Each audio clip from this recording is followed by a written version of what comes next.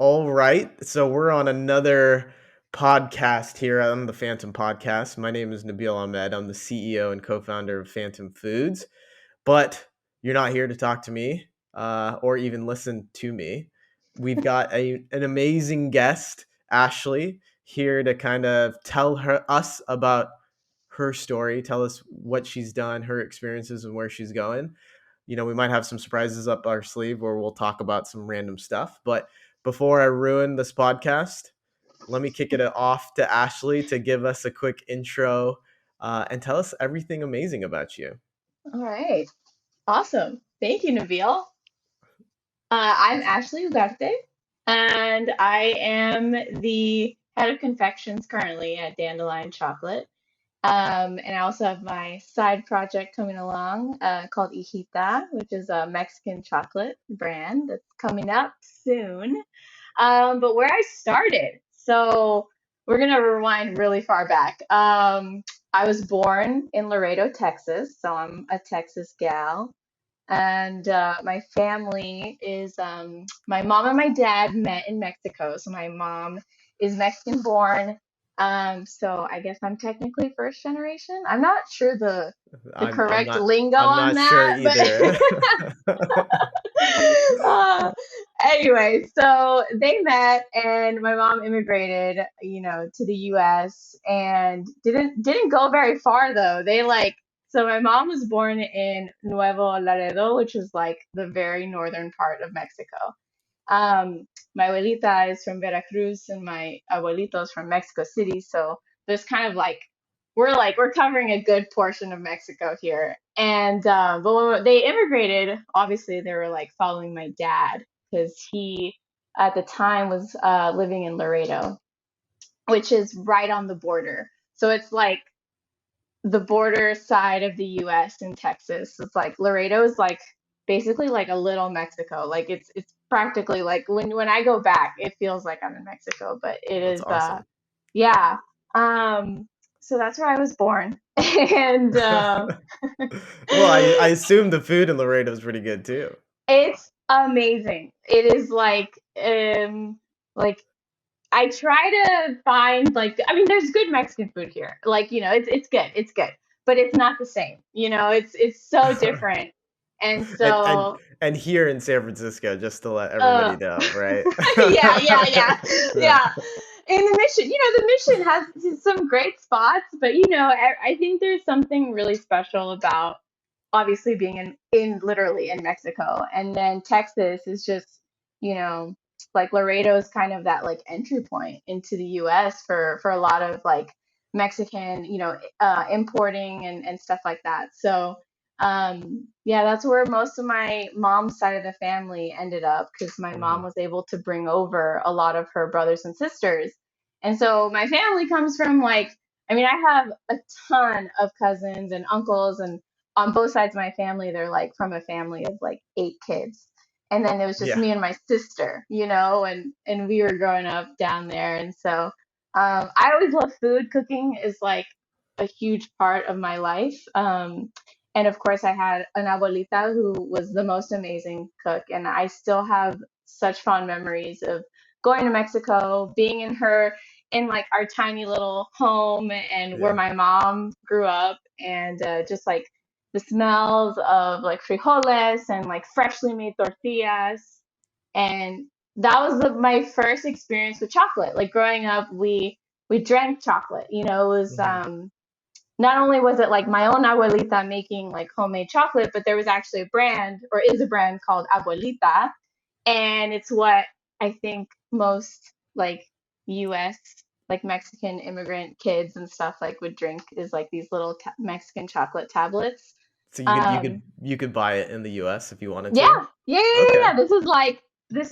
It was either Abuelita or Ibarra. Those are like the two brands. And like there's a lot of nostalgia with Abuelita, but there's also like some controversy because they were bought by Nestle, I believe. Oh no. And that was really like heartbreaking. And I think caused like a lot of like identity crisis for a Yeah. lot of people. It's like I used to love this, but now I don't know if I'm not supposed to like it anymore. Hey, it's all about the taste, right? Hopefully, It's, has the taste changed since they've been acquired or you bought out? know, it's been said that like the quality has changed, and I would believe it because I mean, I'll go into this a lot later, but my experience working at Dandelion has really uncovered just how, our perception of chocolate has been created by large corporations because, Hmm. we don't really, or a lot of people don't really know what like real, really good, high quality cacao tastes because we're Hmm. so used to like Hershey's and, Mars and all these companies who don't necessarily care about the quality of cacao, and they're actually like masking, this really bad cacao with all these other ingredients because that's like the cheaper thing to do. It's cheaper to do Hmm. that than to actually get really good cacao. So there is some, I think there's still like a special place in my heart for it, but that's kind of why my project with Yahita started. Was I was Hmm. kind of like, I tasted it as an adult, and I'm like, oh my God, it just is so sweet, and it's, the flavor, it's like it's nostalgic, but I feel like we can do better. Yeah. um Well, I'll tell you one thing is I have a sweet tooth, and I've always been not allowed to have chocolate when I was a kid. So anytime I would be able to get chocolate, I would get, your Hershey's bar, like milk chocolate, or, yeah. I'll drink a Nesquik when I was a kid. Oh So, yeah. what's ridiculous is I probably wouldn't even know what good chocolate tastes like if I put it in my mouth, right? And like that's how I've grown through this whole process, is because I don't know what they do, but Yeah. it's margin number one. So how do we reduce margin to make this Mhm. product come out? And then how Mhm. do you get somebody to always come back for more? So, Exactly. what are they putting in it to create this little addiction flavor, right? Like I'm Oh already yeah. addicted to soda. Like it's crazy how I don't even drink soda. I can't drink soda that often because I think I like punched my card a little few too many times when I was a kid. Drinking sugary things, eating ice cream all the time. But it's like that addiction process. So it'd be interesting to kind of like, I know we're going to talk about this later, and I know we're jumping around here, but that's what you brought up an interesting topic there is like what did they do to the chocolate industry? I think they've taken it out of its purest form, right? Mhm. They've diluted the industry. Oh yeah, 100%. I believe that like a Hershey's bar has something like 8% cacao or something Oh my like god. ridiculously low. Ridiculously low. It's like the rest is like sugar, milk powder, lecithin. I think there's like some like fake vanilla flavor. Yeah, it's crazy. It's crazy. And it's funny that I am, I mean, I went into becoming a pastry chef because growing up, my mom was such a health conscious person. So she was Mhm. very much like, she like controlled the pantry. She was like, we don't have sodas, we don't have like all these sugary snacks. And my dad was the one who would like sneak in these like little like treats and stuff. And actually when I was younger, I I was I had a sweet tooth, but when it came to what I like enjoyed doing, I actually was not a good baker at all. I was a terrible baker, but cooking, I was like Mhm. significantly better at cooking. And I don't know if it was just maybe like the vicinity that I was to like my aunts and like my uncles who were really great cooks. Like we grew up having very traditional like Mexican style like get-togethers, like carne asadas for everybody's birthday. There was piñatas. There was like, it was the whole 9 yards. Like my mom would get like characters to come, like Barney, and like we had themed parties, and they were like all out, and food was always like the center of Mhm. those get-togethers. And so I I think I just my love for cooking started out with my love to eat. Like I just loved eating. I was the Mhm. little fat kid for sure, like 100%. Well, that's And amazing though. That's that I think, like if I if I was a kid, I would definitely like go back. Like I should have ate more. I was just, I was way too skinny for my own kind, and I think, every kid should be the fat kid in Yeah, life. I was not a picky eater. Like my Mhm. sister would, she was really picky, and she would, my mom would force her to stay at the table until she finished her food, and she would see me, she'd be like, Ashley, you want some? Like when my mom wasn't looking, and I'm like, yeah, I do, and I would just eat all her food, and it was Yeah. terrible. Uh, Hey, but but yeah, that's how you gained your palate, right? You knew what you liked, what you exactly. knew what you disliked. That's what I've learned now being in the culinary world and specifically tasting chocolate. A lot of what I've learned, especially from our flavor manager over the years, is she would say, like, taste Mhm. everything, because that's how you build your palate. That's how you create taste memories. And so when you're like, specifically, if I'm, tasting a new chocolate origin and I'm like, you know, oh, I taste these like, cherry notes, or I taste this like peach or like honeydew or whatever. It's like very specific tasting notes when it comes to chocolate and wine and things like that. And so that's what I've learned. I was like, oh yeah, my like childhood really helped me in my career. This is amazing. No, and I don't even think people understand that is like if you're in the food business, right? Or if you're Hmm. creating it's almost an art form. You have to understand like each ingredient, where it comes from, because you're like a mad scientist. Like you're Yeah. trying different things out and putting them together to see how it goes. So people know what a sommelier is, right? That's very Hmm. standardized. Like, oh, like let me talk to your sommelier and see what's good. I don't know anything about wine, to be honest, and this is Yeah. probably something I shouldn't be admitting. But um, at the end of the day, right, when you look at chocolate or you look at creating a dessert, you need to have that same palate. You need to understand where things are sourced from, right? Like Hmm. people know about where their coffee beans are from. Like that is something that's really well known. Like I know your partner knows a lot about coffee, right? Yeah. um, Yes. but but He I've loves both coffee. but when you think about chocolate, like, is it known that people are like, hey, where is the origin of this chocolate coming from? No, Like, and that's what's, I mean, before I came to Dandelion, I also had no idea. mhm, I knew what I knew growing up, that I knew Mexican chocolate. But I didn't know where that, I also didn't know like where that came from. Like I mhm. didn't know how you got from, I didn't even know like how it grew. Like I was like, where does chocolate come from? Is it a bean? Is it a fruit? Like I have no clue. And I didn't know any of those things. And it actually happened. So going into college. So Actually, where does chocolate come from? I it don't com know. oh, okay. So chocolate comes, it grows 20 degrees north and south of the equator. So we're talking tropical like climates. Mhm, Anywhere the highest point is like southern Mexico, all the way down to like Belize and Guatemala, Honduras. So a lot of Latin America, and then a lot of Africa, Madagascar, Tanzania, and then India mhm. grows, Taiwan, and Hawaii grows.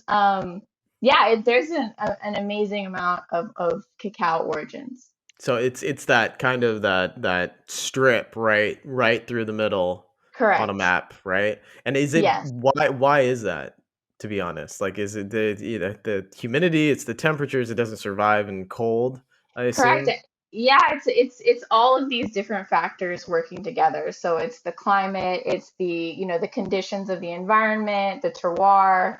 Um, Yeah, like I know that there's I believe they like brought a cacao plant to like Davis, UC Mhm. Davis, because of their like agricultural program, and I think that they like are keeping like a cacao, I don't know, plant like alive, but like you have to manipulate the conditions in order for it to survive. So So, like, like it, even, it like, would never grow. Sacramento is not an area that would Cor- work for it, right? Yeah, right, Okay, right. so that, like, 20 degrees north, 20 degrees below the equator, like, That's it. yeah, that is not much room. That's the belt. Yeah, Yeah. and it's amazing how.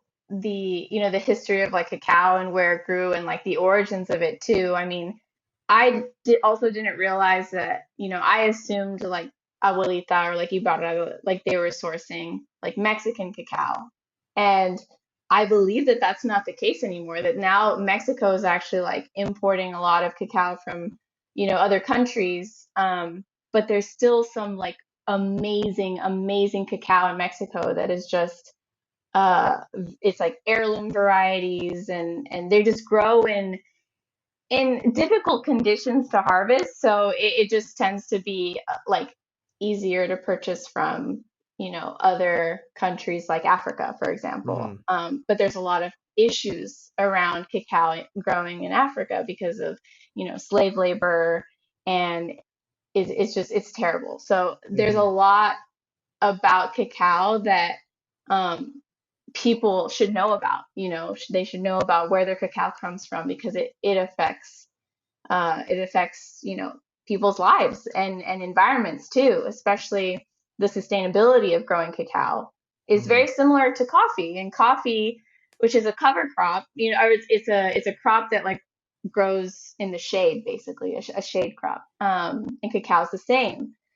um, but it's really hard to harvest something that is like, hidden in Mhm. the jungle, and it's not as I imagine it's not as lucrative as if you were to just like tear everything down, hybridize a type, of cacao that's going to grow in direct sun. Mhm. But obviously there's issues that come with that. So So there's a lot of controversy. so is the main way of harvesting cacao right now is like just like tear it down and then It go, or is it kind of a mix of both? I believe that there's a mix of both. I mean, there are a lot of, like, for example, in Mexico, there's a lot of pride and commitment to cacao because it's part of the culture. Mhm. It's something that they eat in the morning, in the afternoon, at night. Like they drink it. They drink it for nourishment. It's not a candy. So there's like people who are like generational cacao growers. Like this is in their family, and they see themselves as uh like uh they're caregivers of cacao, if Mhm. that makes sense. And so It like when you represents who they are. Like yes, like they wear the badge proudly. exactly. And so doing it, the traditional way, or the way that is supporting agroforestry and supporting the sustainable development of their land, it is going to be more important to them. Mhm. Um, and I think in other countries where, you had cacao maybe that was brought and was a foreign, crop, and they're like, what do we do with this thing? Like this doesn't matter to us. Like Mhm. we're just gonna grow it and try to sell it, right? And they may not have as much of a connection to it, and so yeah, it's definitely mixed. But Mhm. that's where I think knowing and understanding, where like what Dandelion is doing, for example, of like educating people about where cacao comes from and how Mhm. it impacts the land, how it impacts the people who grow it. Yeah, I think it's really important. Well, it's so interesting because I didn't even know this. Like you're talking about Africa, you're talking about the use of slave labor Mm-hmm. to extract cacao. Mm-hmm. And my assumption is, and I'm just trying to put 2 points together, is that a lot of people purchase cacao from Africa because it's cheaper, Yes, right?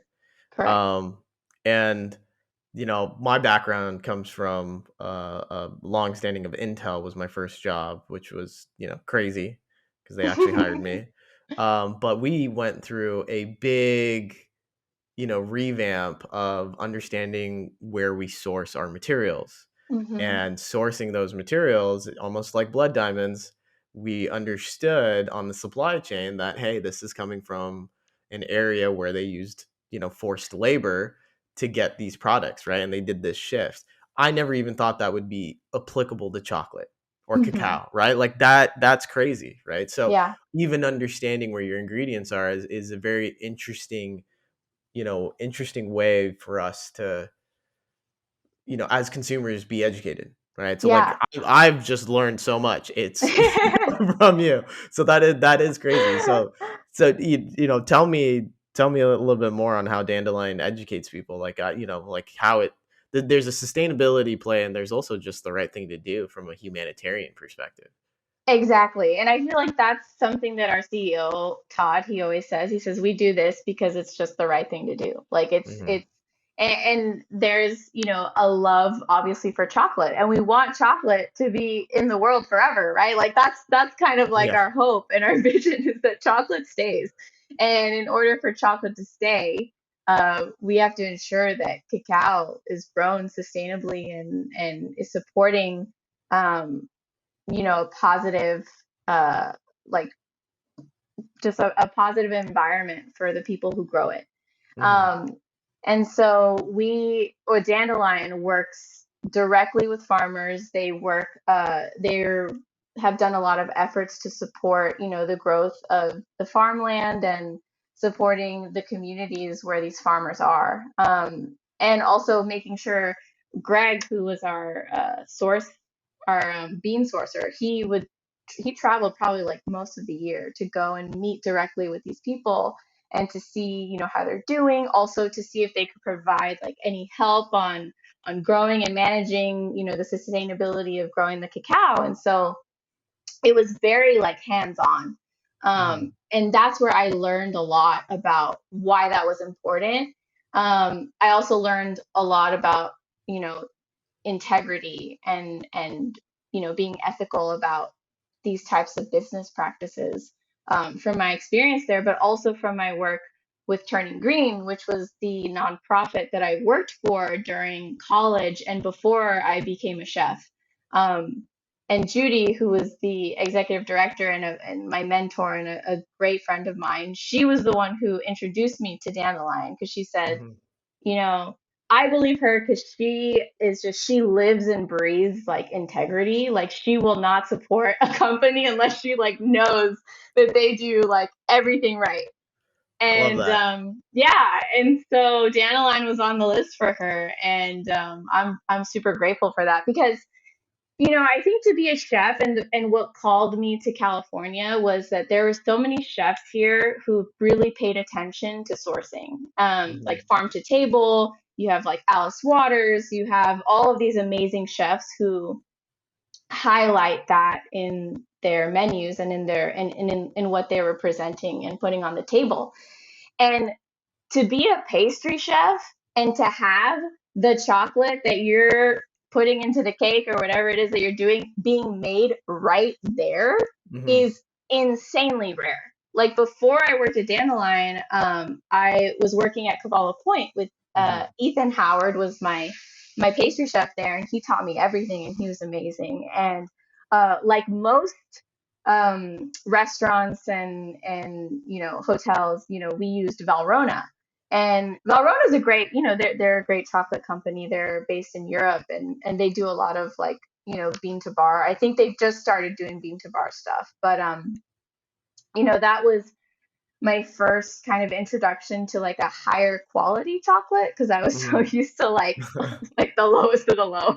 Um, and even with that, right? Like I had no idea, where this chocolate was coming from. I didn't know, like what country of origin it was it a blend, like I had no idea. And in pastry you have like, you're not, unless you're, of course, your fruit, your fruit can be local, but a lot of the other stuff, sugar, maybe your flour can be local. I know we have like central like milling companies and stuff like that, but all these other things like sugar and coffee and chocolate, these are things that they come from somewhere else and they come from Hmm. very far away, and we don't know much about like the processes of where they come from. So it was a huge privilege to and a huge draw for me to go to Dandelion because I said, Hmm. wow, I want to be working in a place where the chocolate's being made like right there in house. That's insane. And from a sourcing perspective, if you could if you had the option to source everything yourself locally, Hmm. if that's possible, is that a way you want the industry to kind of go? Kind of, let's say Dandelion has its own source where they can go and they can pluck whatever ingredients they want and pull it Yeah. themselves. Is that like where the future of the business is, or are we seeing ourselves getting more, stretched thin and globalized to understand how we can fight costs in any kind of way? Right. I think that there's obviously commodities that can't grow here, like chocolate, like Hmm. coffee, vanilla. Um, but there's so much that can absolutely be sourced locally, dairy, and flour and things like that.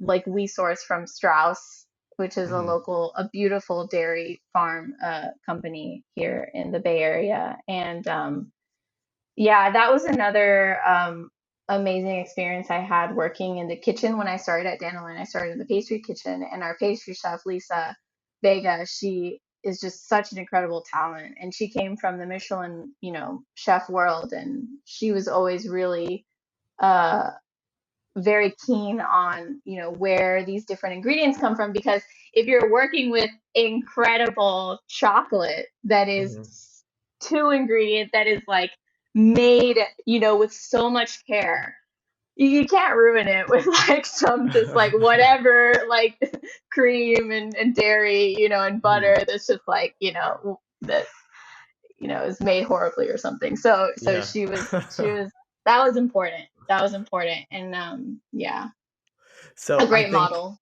I think just segueing it, just because we don't have too much time, Yeah. I wanna know about your business. Like Yeah. what are we doing? What are we doing there, and how can we eat your good stuff Oh when yeah. it comes? So yeah, Ihita is my new venture that is up and coming.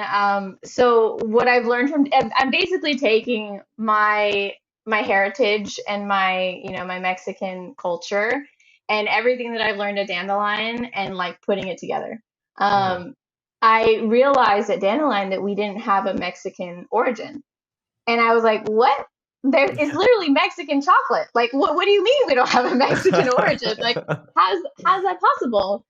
And I kind of dug deep and I talked to a lot of folks and I learned that I was kind of hearing some, oh, the beans that we got from there were just not very consistent. Or yeah, they gave us these beans and they tasted terrible. And so we decided not to go that direction. And I said, well, that's weird. Like I Mhm. feel like Mexican chocolate, like Oaxaca, like there's such a huge culture. Like how is that possible? So I started doing some digging. I found some beans. This amazing guy who's working down in he's in Mexico City, but he works with farms in Tabasco, Oaxaca, and Chiapas. And he sent me some samples and we were talking and he was like, I bet that the beans that they got that they said tasted terrible was cacao lavado. And I said, what's that? And he said, it's washed cacao. So there's two types of cacao that I just never knew about.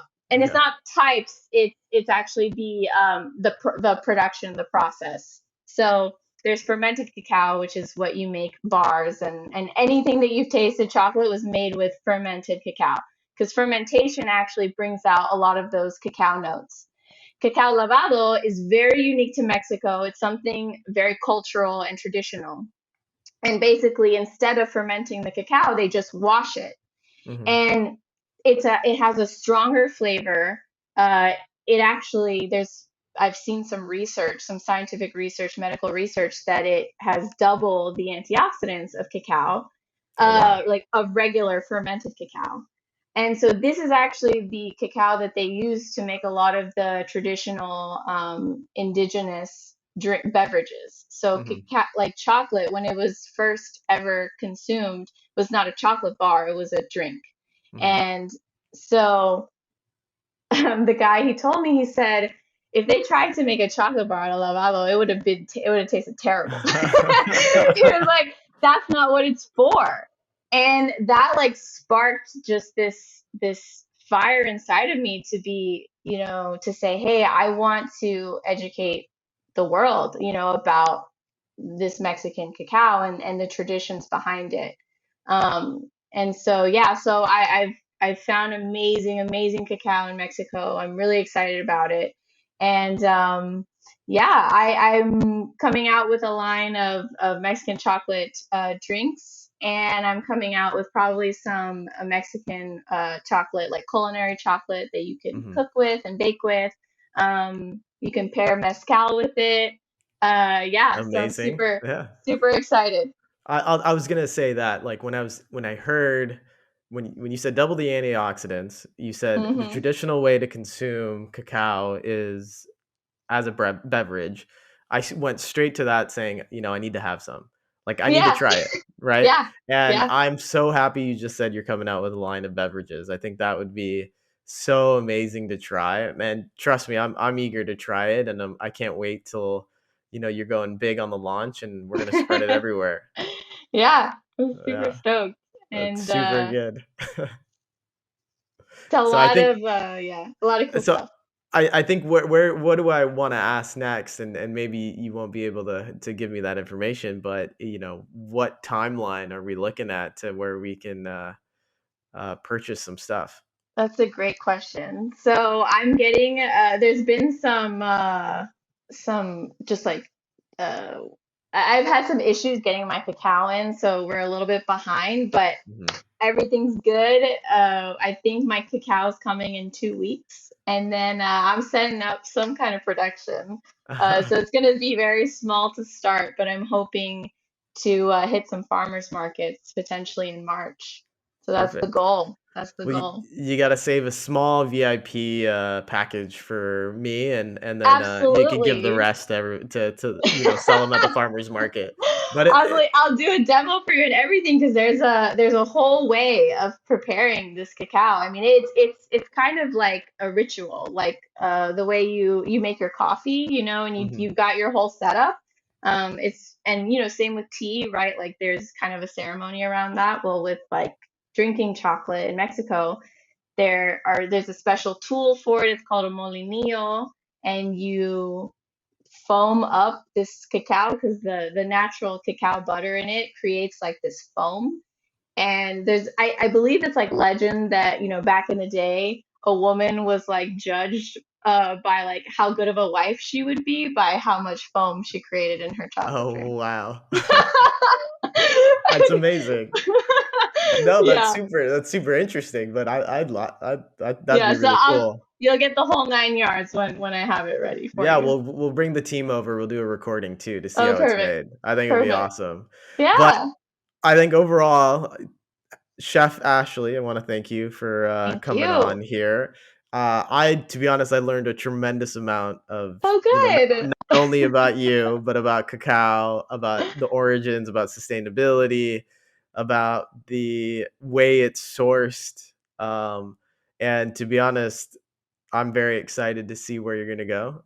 It's gonna be Awesome. amazing, and I already know you've been on the New York Times, so I can't wait I to mean, see you on the cover of magazines. oh, that's so sweet. Thank you, Nabil. It was a All right. pleasure. Yeah, and we're gonna link everything that you're connected to. But if anybody wanted to reach out to you directly, how can they get a hold of you? They can DM me on Instagram. I'm at Andre Ugarte. Or you can shoot me an email at ashley@ihita.com. Perfect. And we'll link everything on the content page so that you know how to get a hold of you. But thank you, Ashley. Appreciate it. Enjoy your Friday evening. I know it's Thank already you. afternoon, and Ashley ran straight from Dandelion to do this podcast recording. So we're much appreciated of you. Thank you. And we'll talk soon. Awesome. All right. Thank you. All right. Bye. Bye.